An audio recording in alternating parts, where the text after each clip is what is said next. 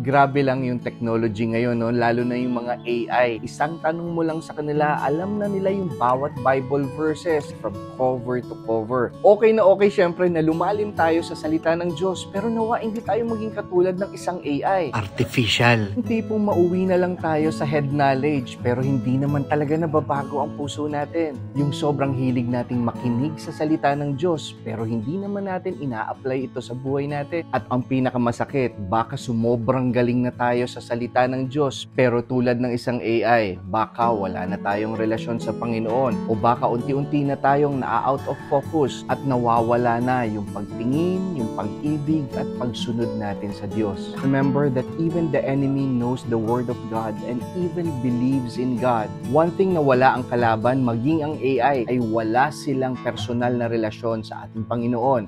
Kaya yun ang iingatan natin. At kung tunay ang ating relasyon sa Panginoon, dapat iniibig natin siya ng buo. At kung tunay ang pag-ibig natin sa Panginoon, dapat sinusunod natin ang kanyang mga salita. Yan ang hindi kayang gawin ng AI. Stay blessed and continue to be a blessing.